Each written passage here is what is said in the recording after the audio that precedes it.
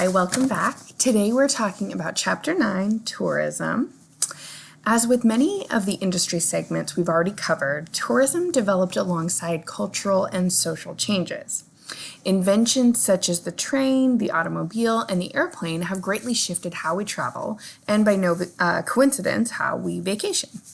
Traveling using these different transportation methods have different pros and cons. So think about what some of the pros and cons might be for traveling via airplane or train or a vehicle on the road or a ship. So airplanes generally offer the fastest way to get from one destination to another, but flights are often expensive and do not allow tourists to see anything on their route. Trains offer a more affordable and visually appealing journey, but the destinations are limited by the systems of tracks. Car travel offers the most flexible option, allowing travelers to go where they want, when they want. Cruise ships offer a one-stop shop by providing transportation, lodging, dining, entertainment, all in one package, but they're limited to coastal cities. Cruising is a unique way to vacation and is the preferred method of many travelers. It offers the convenience of unpacking once and getting to experience several destinations.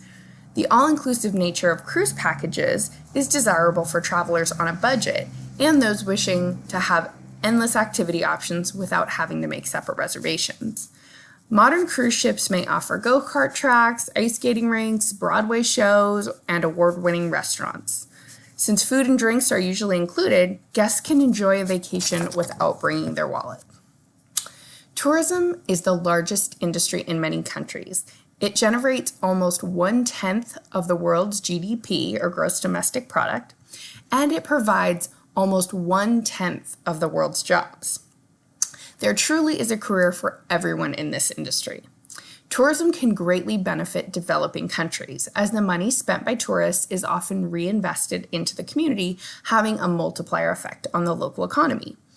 It can feel unpleasant to travel to impoverished areas knowing your vacation costs more than the local residents' homes, but knowing that the money you spend there will have a positive effect on the community makes it a lot easier. I want you to think about any trends that you've noticed in the tourism sector or things you've experienced when you've traveled. There are many trends in tourism, and it's hard to keep up with all the changes. Ecotourism, sustainable tourism, and nature tourism, mentioned in the book, offer vacations that focus on the environment.